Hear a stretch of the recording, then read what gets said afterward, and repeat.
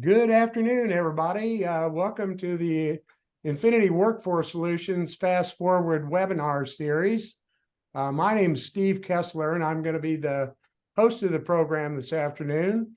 Thank you all for coming. I appreciate you taking some of your time to join us this afternoon. We've got a really great program today. I'm sure many of you have been waiting to hear from Rebecca Brewster at the American Transportation Research Institute, and she's going to talk about I think it's the 19th annual Top 10 Trucking Industry Issues. It's always something that we look very much forward to. So just by a couple of housekeeping things, if you want to ask a question during the program, go ahead and type it into that chat box there. And we'll try to take some questions at the end if we have time. We'll try to keep this to about an hour. So why don't y'all do this? Why don't you jump on the chat, tell us who you are and who you're with and where you're from so we can kind of get to know who's out there. And while y'all are doing that, I'm going to introduce my co-host. I think those of you that have been on our webinars in the past know who Mark Ray is. Mark's a 35-year plus truck transportation executive. He's an expert in the industry and a certified director of safety, works in a lot of different areas to consult and help people negotiate through this trucking business. So Mark, how you been, and what do you think about today's program? Well, we've got a really good program today. We've got Rebecca Brewster from the ATRI, the absolute authority in research in our industry. And I would also just add have universal respect in the suppliers, the drivers, the management of our industry that is so broad, and their work is absolutely spot on. So we got the top 10 that's got some changes this year. We got some unique things that have hit the top 10. There's easy to identify, but they're not that easy to solve. So I'm really looking forward to Rebecca's presentation today.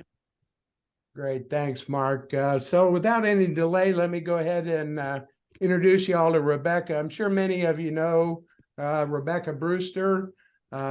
She is the president and chief operating officer of the American Transportation Research Institute. I believe Rebecca's been there about 30 years, so quite a veteran in the business.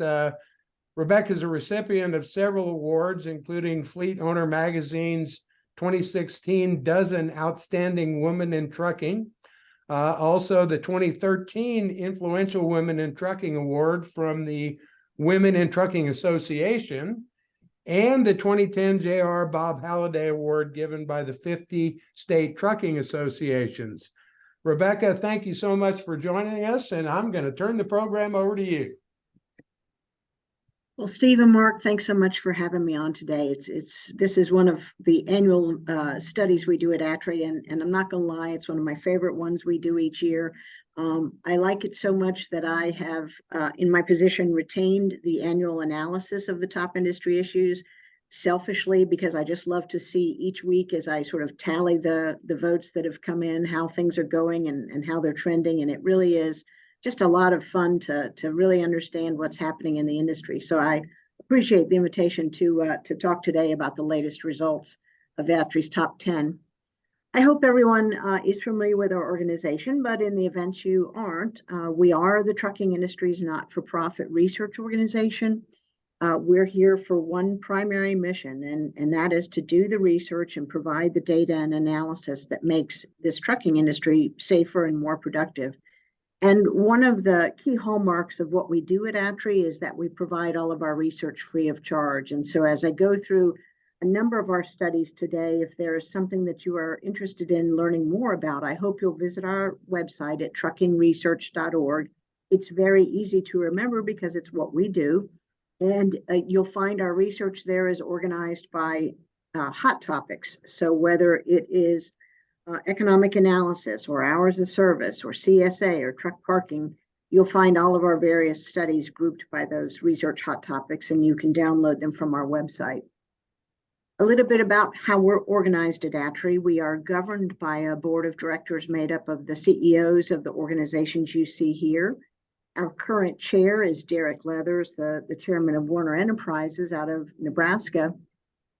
But where, as I like to say, the real heavy lifting is done at ATRI is by the men and women who are on our research advisory committee. And this is the body that each year reviews typically 20 to 30 different research proposals to collectively identify which ones are going to address the industry's most pressing needs. And what's so compelling about the work of this group is that they really represent the continuum of experience in trucking. You have large trucking fleets represented, you have small trucking fleets, you have the allied community and industry suppliers, you have law enforcement, academia, there's a federal government representative, a state Department of Transportation, a metropolitan planning organization, truck stop operator, and we have professional truck drivers represented. We have both OIDA, the Owner Operator Independent Driver Association, as well as one of the America's Road Team captains from ATA. So it really is, again, a very diverse group of trucking industry stakeholders who have this one mission, and that's to figure out what research needs to be done in the trucking industry. And one of the primary inputs into that annual process is our annual survey of the top industry concerns. And I hope everyone watching today has had the chance to take part in this survey either this year or in previous years. This is a survey we launch every September. It is open to anyone in the industry. So much like the membership of our research advisory committee, anyone who has a nexus to trucking is invited to do this survey. It's online. When you take the survey, you are presented with a list of critical issues in the industry. This year, there were 26 of those issues listed on the survey. You were asked to pick your top three. What are the top three that are most impactful for you? And then for each of those three, you are prompted with some potential strategies, and you're asked to rank those in terms of what you believe their effectiveness would be for addressing each of those issues. We allow write-ins to the survey, so we've had issues over time that have shown up on the survey that were added to the survey because so many respondents wrote them in. And so it really is a very democratic process for identifying what the industry's top concerns are. So this year, not surprising, I think, to anyone, the state of the nation's economy was the top issue overall among all industry stakeholders who took the survey. The number to the right of each issue is where it ranked in the 2022 survey. So the economy rose 4 spots this year to be the #1 issue overall. The lack of available truck parking came up 1 spot, but the #2 position overall is the highest we have seen truck parking on this annual survey. Fuel prices dropped. That was the #1 issue last year, dropped 2 spots to be #3 overall. Before fuel prices took over last year as the #1 issue, the driver shortage had been the #1 issue for 5 years in a row. Given the softer freight economy, softer freight market, we have seen driver shortage drop down a few spots, and rounding out the top 5, driver compensation. 2 new entrants or relatively new entrants this year. At #7, driver distraction. We had not seen driver distraction in the top 10 since 2018. And then a brand new entry that we had not seen before at all in the top 10 came in at #10 was zero emission vehicles, and concern over the very aggressive timelines for the mandates that are out there coming out of course, CARB on the West Coast in California, the states that have adopted the CARB timelines and mandates, and then of course out of the EPA. So we'll talk a little bit about that as well. So those are the overall results, and they're important, but I think this is where the real value of this annual analysis comes from, and that's in looking at how motor carriers rank the issues versus how professional truck drivers rank the issues. And if you are a motor carrier and on your list of concerns are finding and keeping drivers, then I really encourage you to understand, certainly appreciate, but most importantly, do what you can to impact those issues that drivers say are most important to them. On the driver side of the equation, truck parking and driver compensation go back and forth depending on the year in terms of their number one priority ranking among drivers. This year, compensation came out on on top, followed by parking. We have a number of owner-operators who participate in this survey annually, so you'll see fuel prices among the driver population. Number 3, of course, it's not an issue for company drivers, but it certainly is an impactful issue for owner-operators. Concern over what a potential speed limiter rulemaking looks like, or might look like, comes in at number 4 for drivers. And then another of those issues that you do have some control over with your customers is how long your drivers are held up at their facilities in terms of detention and delay. So again, very interesting to contrast these two lists. I mentioned earlier that we add issues to the survey when they are written in by a number of respondents the previous year. Number 8 among drivers, broker issues. That was one that in the 2022 survey, we had a ton of write-ins from drivers expressing concern over various broker issues. And so we added it to the survey and it made it to the driver top 10 this year. The very first one of these surveys we did at ATRI was in 2005. And I don't know if this is good news or bad news, but it seems like 19 years later, we are still dealing with many of the same issues. You see fuel prices or fuel costs on both sides of the equation. You see tort reform, lawsuit abuse reform, we call it now. Environmental issues were a concern in 2005 when we were concerned about engine standards. And fast forward to 2023 when we've got zero emission vehicles in the top 10 list. So it's just interesting to sort of understand where we were and where we are today, and how in many instances there aren't a lot of differences between those issues. It's just how they rank that year. Well, that was not what I intended to do. Sorry, gentlemen. Fast forward. That's what happens when you push the wrong button. Okay, let's try this again. Spoiler alert. So, truck parking. I mentioned that it goes back and forth between drivers and between compensation on the driver side of the list. In fact, I think it was 2 years ago, compensation and truck parking actually tied for the number 1 issue among drivers, but still a very big challenge for the industry. Going back to my point where I said, as a motor carrier, you need to understand and appreciate the issues that drivers say are important. It is gratifying to me that we are seeing truck parking on the motor carrier list. Last year it was number 10. This year it's number 8. So I think its rise is just more of that recognition on the part of motor carriers for how impactful this particular issue is.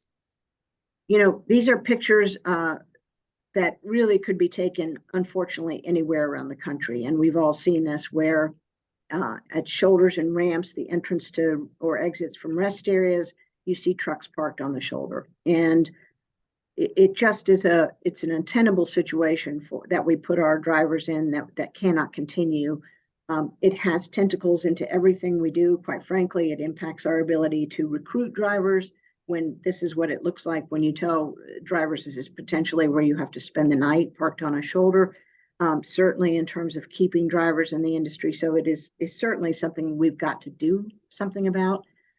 There is now more attention on the part of the federal government and certainly the US DOT on this issue. So I am hopeful that while I don't think we will solve this issue in my lifetime, I do think we are going to start to see more capacity being added for truck parking courtesy of the Infrastructure Investment and Jobs Act. So good news on that. Fuel prices, number 3 on the driver's side because of owner-operator respondents, number 5 over on the motor carrier side. This is actually data from the Energy Information Agency that just shows sort of what we've seen more recently in fuel prices, and the real climb we saw in 2022 came down a little bit at the start of this year, but then it started to climb again in the summer. When we look at how company drivers rank the issues versus how owner-operators rank the issues, fuel prices is number 1 for owner-operators, not surprisingly. In our operational costs of trucking research that I'll talk about in a little bit, just between 21 and 22, we documented a nearly 54% increase in the fuel cost per mile among participating fleets. So just a real challenging pain point for everybody. And for now, there's not a real good way around it because that is our primary fuel source. So it is a real challenge for us in the industry. And certainly it is not aided by the fact that we spend a lot of time in congestion and waste a lot of fuel. So this is the newest ATRI release. We just put this one out. It is an update to earlier research we call our cost of congestion, where we use our very extensive truck GPS data set. Over hundreds of thousands of trucks worth of GPS data comes into us in real time. We monitor traffic congestion. And here we look at how much lost productivity there is across the entire national highway system. And so in 2021, that was 1.2 billion hours of delay for trucks sitting and stuck in traffic congestion. You use that operational cost of trucking data, that totals up to almost $95 billion congestion cost the industry in 2021. That's the highest we have ever seen. Those hours of delay, and this one just bears repeating, 1.27 billion hours of delay is the equivalent of 460,000 truck drivers sitting still for an entire year. When you think about the numbers that come out of the American Trucking Associations for the driver shortage, again, a high issue on the motor carrier side of the equation, that shortage number runs, depending on the year, somewhere between 65 and 85,000 drivers needed in the over-the-road sector. And we have what equates to 460,000 drivers going nowhere for an entire year because of congestion. Getting back to fuel prices, those hours of delay equate to wasted fuel. In 2021, that was 6.793 billion, and that should be not just gallons. We didn't waste 6.7 gallons. That would not be much. That should be billion gallons of wasted fuel at a cost of $22 billion. So just a big expense for the trucking industry. 6.8 billion gallons, correct? Yes, it is billion gallons with a B. Ooh, okay. Of course, congestion is not equal opportunity. Depending on what state you're in, you are going to experience those congestion costs. So this is a factor of not only how bad the congestion is, but how many vehicle miles traveled there are by trucks in that state. And so congratulations, Mark. You guys are number 2 overall in Texas, beat out only by California.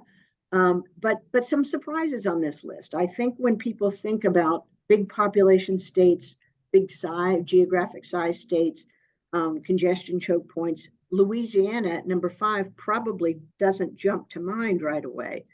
But the fact of the matter is that is a great poster child for why we need infrastructure investment. So they've had tremendous growth in port traffic, both Port of New Orleans as well as Shreveport.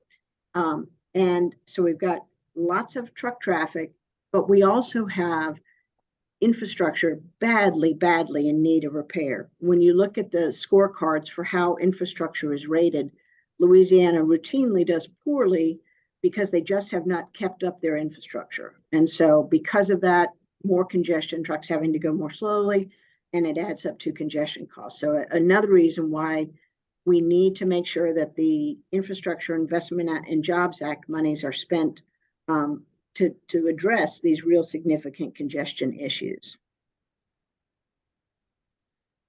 The other and probably more famous analysis we do every year with our truck GPS data is the list of the top 100 truck bottlenecks. So this one's a little different. For this analysis, we are monitoring traffic congestion at 300 plus specific locations around the country. We take a full calendar year's worth of GPS data. We look at how slowly trucks are operating and how many trucks are impacted in each one of those locations. Speed and volume go into a calculation to come up with the 100 worst places to operate a truck. So you see the top 10, they're indicated by those red flags. The states that are highlighted in blue have the most of those top 100 locations. And once again, Texas is a leader. Texas has 13 of the nation's top truck bottlenecks. And in fact, 9 of those 13 are in and around the Houston area. But big doesn't necessarily mean traffic congestion, because when you look to our friends up in the Northeast, you see Connecticut, which no one ever thinks of as a big state because it's not, and it has 6 of the nation's top truck bottlenecks, all located along Interstate 95. That I-95 corridor up through the Northeast is just really challenging. Here are those top 10 locations, and what you can see here is the average rush hour speed for each of those. So the number 1 location has been the number 1 location for several years. I don't see it dropping out of the top spot for any time soon. That is the New Jersey side of the George Washington Bridge, which connects New York and New Jersey. It is a location where 6 roads come together to a toll bridge. And so there's so much development around those 6 roads coming to that toll bridge, and it does come to a bridge, that there isn't really a whole lot that can be done to fix that. And so unfortunately, that's not one that's going to disappear off the list, but there are others where I am hopeful that we will see those locations go down. The one we always point to is number 6 for folks who are familiar with that location. In Chicago, it is now called the Burn Interchange. It used to be called the Circle Interchange. And it was the number 1 location on our list for 3 years in a row. When we first started doing this annual analysis, the state of Illinois at that point issued a press release and said, we no longer want to have the top truck bottleneck, so we're going to do something about it. That project has been underway for many years now. It is almost done. And so as we have seen with some other locations that were under construction, once the project is done, we do see those locations drop down in the list. So where we have an opportunity to wisely invest those infrastructure dollars, I think we can start to see some of these locations either drop down in ranking or see those average truck speeds get better.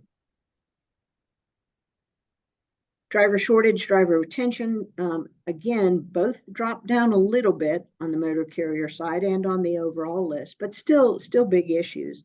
And certainly when we see the economy start to recover and freight demand go back up, we're always going to need drivers. And so finding and keeping drivers are critical features for fleets. One of the challenges, of course, as an industry is the age of our driver workforce. And so this compares the trucking industry's workforce, the drivers in blue there, to professional and business services, construction, and in fact, the entire U.S. workforce, the green line. And on the good news side, you can see that of those 4 groups, we have the highest percentage in the 45 and over age brackets. And so I like to think that's good news for us because it means we have older, more mature, and typically more experienced drivers. But where it is a real problem for us and really spells trouble down the road is on the left side of that figure, where of those 4 groups, we have the lowest percentage in that 20 to 24 year age bracket with just 4.6% of our driver workforce. And this is data that comes from the Bureau of Labor Statistics. So as the men and women on the right side begin to retire, we are unfortunately not doing a good job on the left side of bringing young people into the industry to fill those spots. And so I'm afraid that spells trouble for us down the road in terms of our driver workforce. Our Research Advisory Committee recognized this challenge and in 2021 identified this study as a priority for us. I don't have a lot of slides on it, but I do want to point out, if you are a fleet who is interested in sort of bringing on younger folks, examining your own practices for how you onboard younger individuals within your fleet, I would highly recommend you download this study. It really has fabulous information gleaned from fleets that were successfully integrating younger folks and particularly younger drivers into their fleet. And for this study, we called younger anybody under 25. But I think most importantly, we talked to younger drivers. What first attracted you to a driving career? What did you think of the training you received? And what's going to keep you around for the long haul? And so lots of great information in it, and I would highly encourage you to download this one if you are interested in bringing younger individuals on into your fleet. And I think we all have a vested interest in making sure we do so to make sure we don't have a tougher driver shortage situation in the future. Obviously, a big workforce impact for us right now is the growing legalization of marijuana. Everyone has seen the numbers out of FMCSA's Drug and Alcohol Clearinghouse and the 100,000 plus drivers who have tested positive either on a pre-employment or even worse in a random or a post-crash test and not initiated the return to duty process. And so those drivers are leaving the industry. And another major reason we're challenged in terms of our workforce. So to do this research, we did a motor carrier survey that I'll share a couple of the findings from, but I wanted to point out the driver survey. We have never at ATRI had such a big response to a driver survey as we did on this particular topic. Over 3,300 drivers responded to this survey alone.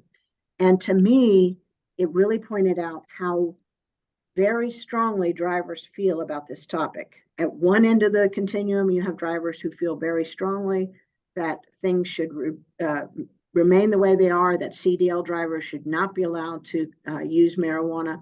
And at the other end of the continuum, you have drivers who feel very strongly that they are legally allowed to have a beer or two over the weekend and start driving on Monday. And they feel that the same should be true for marijuana if it is legal in their state.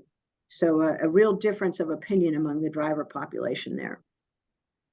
So this is what the current landscape looks like when you look at recreational marijuana. So we actually did a study in 2019 looking at this growing legalization.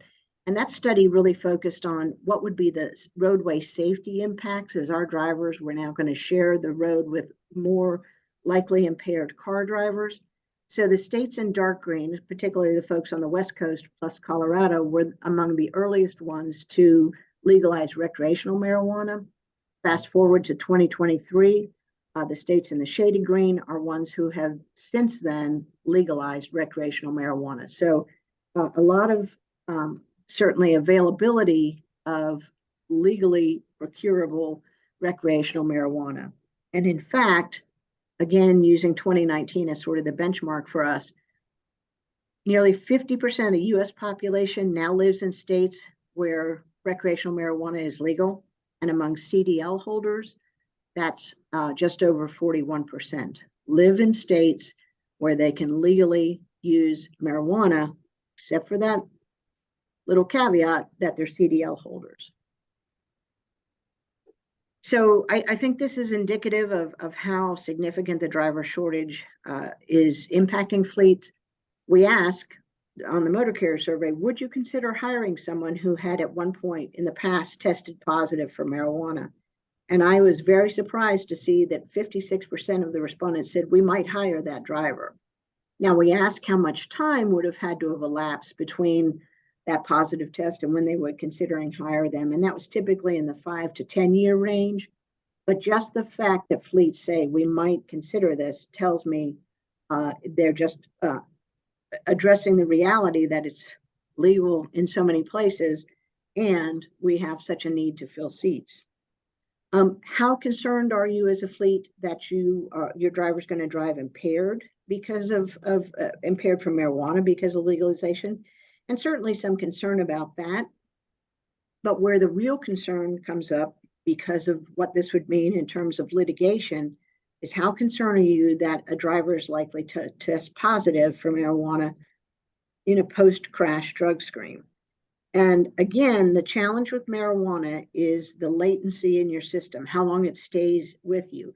So you may no longer be impaired from marijuana if you used it, a week ago, but if it shows up in your system in a post-crash screening, now it opens up a whole new realm of possibilities for litigation and a whole host of other problems. So a lot of concern among fleets about that.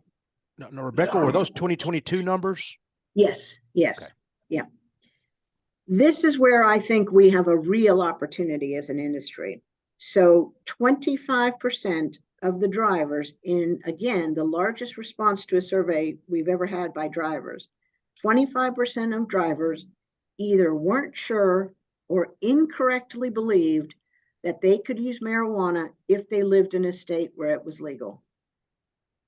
We have got to do a better job of educating our drivers and making sure they understand that marijuana use and a CDL is a no-go, period. That's it.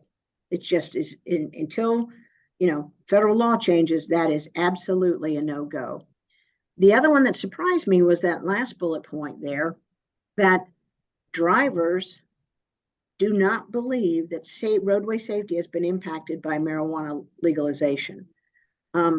I live in Atlanta, and I can tell you, if you roll your windows around driving around here, even though we're not one of those states where it's legal, it's everywhere. You can smell it everywhere. And so I personally believe it's impacting roadway safety because I can smell so many people using it while they're driving. So I was a little bit surprised by that finding among drivers, that they think it is not yet, they're not seeing it, I guess, as much. At the end of the day, what we've got to have is an impairment test, like we have with alcohol. So, you drink a beer on the weekend, you're not impaired by that alcohol, you drive your vehicle. We've got to have an impairment test so we can tell if a driver is impaired by marijuana rather than is it just in their system from prior use. Both motor carriers and drivers agree on that fact, no doubt. So whoever does come up with that test is obviously going to be very, very fortunate and probably be able to retire very wealthy with that one. So driver compensation, number one this year for drivers. I think that is, in fact, reflective of what's going on in terms of the freight economy and the softness in that freight economy, and it's impacting drivers' wages and their compensation. One of the ways we have annually tracked driver compensation at ATRI is through our operational costs of trucking. We've been doing this since 2008. Every spring, we put out a call to for-hire fleets of all sizes. We ask for fairly detailed financial data and other operational data. We aggregate it, analyze it to come up with an average cost per mile and per hour to operate a truck. And so the almost bottom right-hand corner there, the second column from the right, we hit our highest ever at over $2 per mile to operate a truck. So $2.25. There in the latest report, the 23 report, which uses 22 data. Even, and much of that, as you can see, was driven by the increase in fuel prices. But even when you carve out fuel out of that increase, it's still, the operational costs were up over 12% over 2021. So we are seeing significant increases in the cost to operate a vehicle. For each of those line items in the full report, we break it out by fleet size. We break it out by sector, but we also break it out by fleet size because depending on the size of fleet you operate, you have different resources to bring to bear. And this one I think is very interesting. So among the largest fleets, more than 1,000 trucks, we see the highest driver wage per mile. That's that lighter yellow. And then combined with benefits, the highest overall driver pay and benefits among the largest fleets. The smallest of those dollar figures is over on the left among fleets that are fewer than 26 trucks. But what is interesting is when you look at turnover, those same small fleets with fewer than 26 trucks have the lowest turnover rates. And so pay does not necessarily equate to keeping drivers around. It's important to drivers. Drivers say it's their number one concern, but it is certainly not everything. These are just some of the other metrics we capture in that annual operational cost of trucking. If you are not a participant, I will encourage you to participate in this data collection next year. As I say, we use fleets of all sizes and sectors. And when you give us your data for this study, we do a customized report for you that plots out your cost metrics compared to fleets of the same size and sector. So a real good incentive there for fleets to participate. Lawsuit abuse reform, or tort reform as it used to be called, very closely related to how much our insurance costs and the availability of that insurance. This is a study that really was intended to do a deeper dive on the insurance costs that we don't necessarily get out of the operational costs of trucking. That just tells us what fleets are paying in a premium cost per mile. This was really intended to figure out how are fleets handling the growth in insurance cost. And so this actually comes from the operational cost of trucking data. And while there has been some volatility, in general, rates have been on the rise, 40% over the past decade, although more recently we're seeing those increases start to moderate a bit, but it is still a pretty big lift for fleets. If you download the full copy, a full report of that rising insurance cost, you'll see what are some of the strategies that fleets are using. Some are self-insuring where they can. Some are in captives. Some are taking higher deductibles. It really goes into a lot of the details. But one of the other things that fleets are doing, of course, is deploying safety technologies. And I think as an industry, we should be very proud of the efforts we have made to equip our drivers to reduce crashes. And that includes equipping our trucks with the latest technologies to reduce crashes or assist our drivers. And among the technologies that the fleets that participated in that study have deployed over the 3-year time period that was being studied, road-facing cameras were the most frequently cited among those fleets. In separate research we've done for FMCSA, road-facing cameras are among truck drivers' favorite technologies, which would have been unheard of 10, 15 years ago. To think that drivers would be accepting of cameras of any type on their truck is amazing to me, because I've been in the industry a long time. They love road-facing cameras because it almost always exonerates the driver for doing the right thing. Turn the camera toward the driver and it becomes a little different equation, but you can see fleets are using those driver-facing cameras, although not as much as the road-facing cameras. And we'll talk about that here.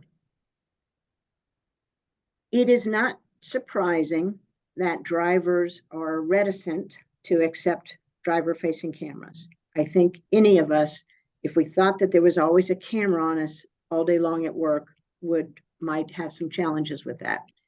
So in this research, what we wanted to do is figure out, what do drivers think would make driver-facing cameras more acceptable to them?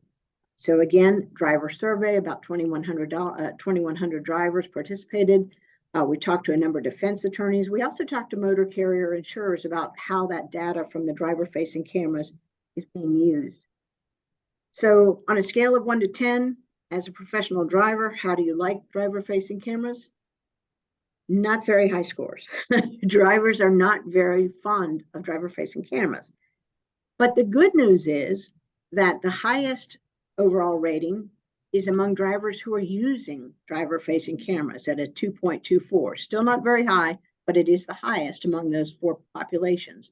And so that tells us, with more use and more understanding of the power of a driver-facing camera for just documenting the driver doing what they are supposed to be doing, the acceptance among drivers goes up. We asked drivers what would make driver-facing cameras more acceptable to you, and they had a lot of good suggestions, and some are easier to deploy than others. I think that second one from the left, turn the camera off when the truck is not moving, makes all the sense in the world. You don't need to have the camera on when your driver is taking their break, when they're getting into the sleeper berth, when they're getting fuel. The camera is designed for a safety purpose, and you don't need to have the camera on them. One of the other great suggestions I thought that drivers made is make it equal opportunity for everybody. If you're going to put cameras in the trucks, driver-facing cameras in the trucks, put them in the cars of the executives, put them in the cars of the salespeople. Let's all, make sure that we're practicing safe driving behavior. So I thought that was a great suggestion. Zero emission vehicles, I mentioned it was the first time on the overall survey, showed up at number 10. Among motor carriers, it's number 7. This is a topic our research advisory committee has been very focused on because of, again, these very aggressive timelines. for switching the nation's vehicle fleet to zero emission or low emission vehicles. And so in this study, we wanted to look at what are the infrastructure opportunities or challenges for switching the nation's vehicle fleet to, in this case, battery electric.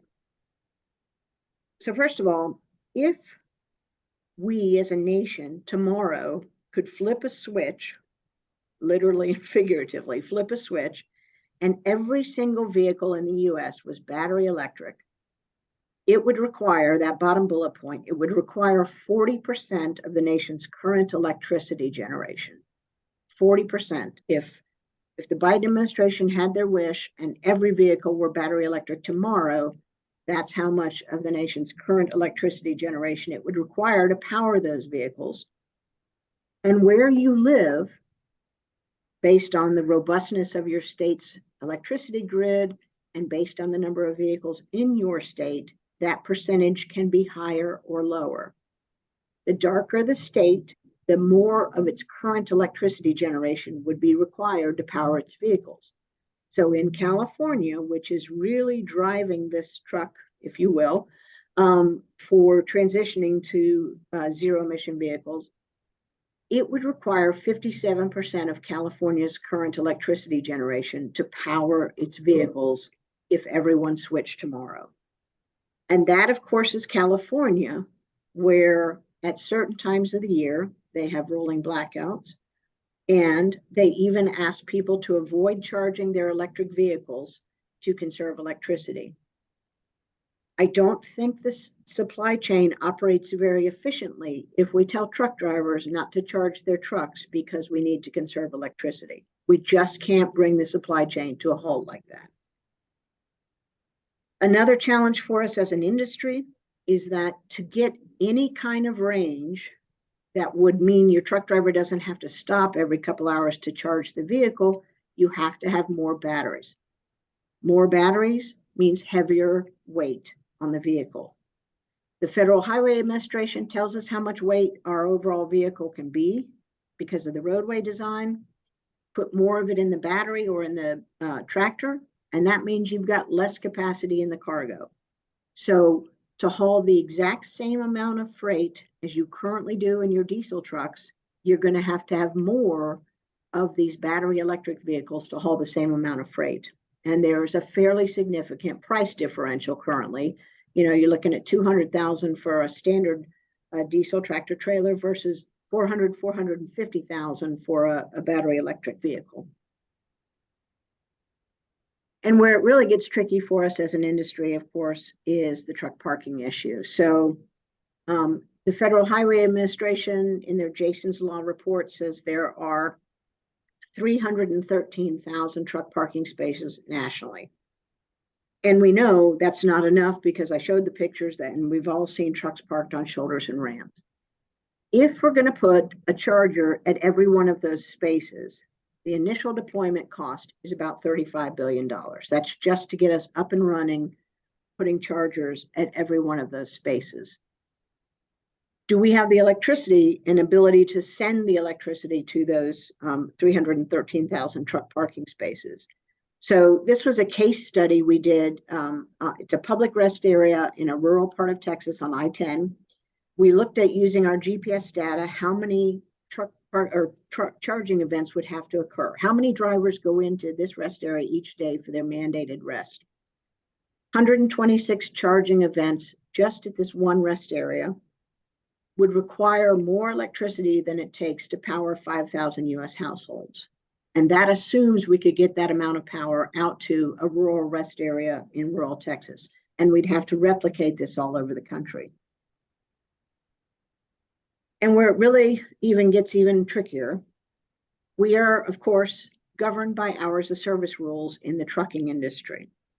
And we operate with electronic logging devices to monitor and ensure compliance with those hours of service rules. So if I'm a driver and I pull up to a charger, assuming I can get a truck parking space and there's a charger there, I'm going to shut my truck off, I'm going to plug it in and wait for it to charge. If it gets done charging in a couple hours, but I'm on my break, my mandated hours of service break, I'm not going to start my truck up and move my truck because that ELD will say I'm moving again, and then I'm in violation of my hours of service rules. And so I don't care at this point how many people are waiting behind me to charge their truck. I'm not moving till I have my 8-hour break. So some real challenges for us as an industry. And I think a lot of these realities are not being fully understood by the people who are making the decisions about these timelines and these mandates. We've done 2 of these studies. They're very data rich. I would encourage you to download them, but for the people who are making the decisions, and when you're talking to your state legislators about these topics, we have these very great, I think, one-page summaries that really get to the key issues, and both are downloadable from our website. They're great to have in your briefcase or whatever when you're meeting with your delegation, just to say, these are the realities that the trucking industry is going to face in what is now one of our top concerns for the industry. Our Research Advisory Committee meets every March. These are the topics they have selected for us to study this year. That number 2 topic is looking at what can we as an industry do to bring more women into the industry. I didn't talk about our crash predictor model today, but in that study, we identified that female truck drivers are generally safer than male truck drivers. They are involved in fewer crashes. They did better in each of the statistically significant driving behaviors. So there's a strong safety rationale for why we want to bring more women in, but there are issues to doing so. Parking is one of them. If you are a fleet that has women drivers or that has made a concerted effort to bring more women on, we have a survey right now that's live on our website that we would ask you to participate in and tell us what you are doing as a fleet to bring on more women drivers, because we're going to aggregate this information and share it. We're also going to launch a survey in a couple weeks asking some of the same questions, but intended for truck drivers to understand the issues relative to bringing more women into the industry from the driver's perspective. So stay tuned for that one. I mentioned at the beginning that all of ATRI's research is available free of charge. This is what our homepage looks like. That yellow button at the top is a place where you can give us your name and email address. And every time we release a new study or we put out a data call, you will get an email. And I promise you, we will not inundate you with emails. We just don't do that. But it is a way to stay up with the latest and greatest from ATRI. So I would encourage you to visit our website and sign up if you have not already. And again, that tab there that says Research Hot Topics is where you can download all of our most recent research. I'm very proud of the team that I get the privilege to work with for all the work we do on behalf of the trucking industry. The fact that there's just 9 researchers and then me, I think is really impressive. And so I always like to give a nod to the team at ATRI, because they really are dedicated research professionals who are out there working on your behalf all the time. Everything I just described to you is done with charitable contributions. That's how we get our work done. And so I would ask that you consider making a contribution to ATRI, either you personally or on behalf of your organization. It's really easy to do. You can do this on our website as well. I always like to say no contribution is too big. So if you want to leave ATRI in your will, that's okay. An argument for me. But no contribution is too small. And I'm very proud of the fact that we have professional truck drivers who regularly send us contributions. And so that is very gratifying to me, because it means they appreciate the work we do on behalf of the industry. I want to thank the folks at Vertical Alliance Group and Infinity Workforce Solutions for also supporting ATRI with a charitable contribution. So gentlemen, that's it for me. I'm happy if we have time to take questions. I don't know if there are questions, but here's how you can find us. We're on LinkedIn. As I said, go to our website at truckingresearch.org and sign up. And there's my email if folks want to send me anything. Wow, Rebecca, that was a lot of really good information. Mark, your thoughts on it? Boy, she went from A to Z. You know, one of the notes I did take was this return to duty process and the confusion and the just the confusion on that. I think that the reality is that there are more drivers that are testing positive some want to return, some should be able to return, but us as an industry don't really understand the return to work process very well. And I've talked to a couple of FMCSA reps; they don't either. So that's a real challenge that's out there.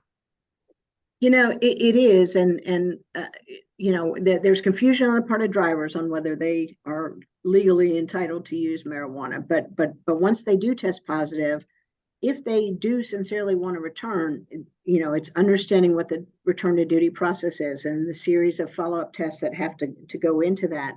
The other challenge is, and we heard this a lot in the survey from drivers, is the problems with CBD products and the fact that they're not regulated. And drivers, and they're available at almost every truck stop, whether it's CBD oil or CBD cream for, joint pain, whatever the case may be. Drivers who use those products because they take or have faith that the label says it doesn't contain THC, and then they test positive for it. And in fact, they're like, I wasn't using marijuana, I used this product that I thought was okay, but it's not regulated. And so, again, I think it's important on us as an industry to educate our drivers so that they understand the consequences are pretty significant if you test positive. It's a painful process, albeit a necessary process you have to go through to get back into the workforce. And we have to ask ourselves, where are all those people going if they're leaving the industry? Are they going to unregulated driving positions? Are they somehow skirting under the, wire and signing on with another fleet somehow? Don't know, but it is a very big workforce issue we've got to face.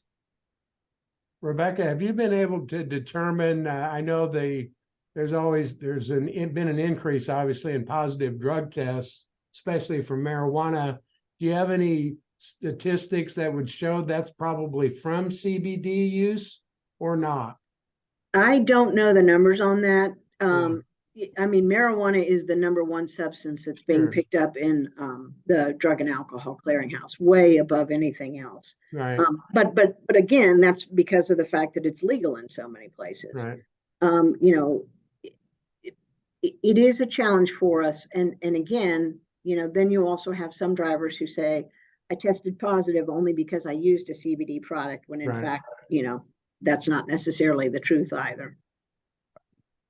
Well, I think one thing for certain, there needs to be an increase in education for the drivers to understand the risks that they're taking, whether it's legal in their state or not. Right now, they just can't afford to partake in that at all.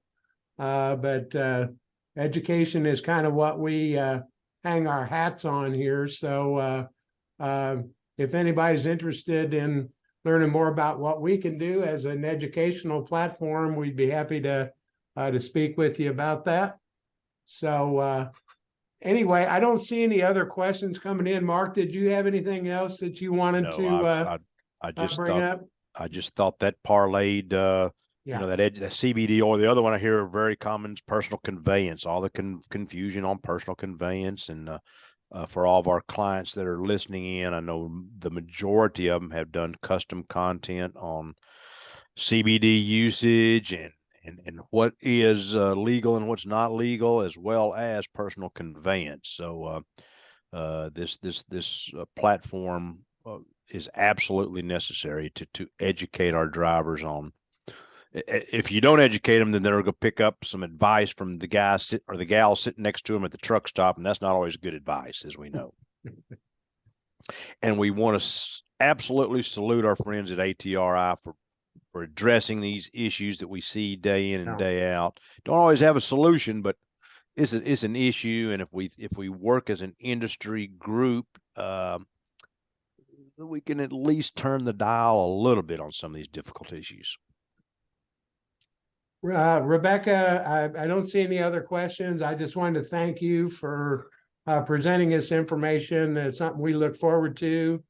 I appreciate you taking the time to share all that with us. And I want to encourage those of you out there, if you haven't been a supporter of ATRI, please consider doing that. We all benefit from this information, but it requires resources in order for Rebecca's team to continue to do that. So please support their group, and we'll all benefit by it in the end. So Rebecca, thank you very much Thank you.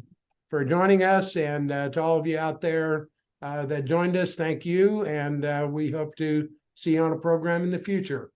Thank you very much, Rebecca. Thanks. Have a great one. All right. Thank you. Thank you, Rebecca. Thank you, Steve. Bye-bye.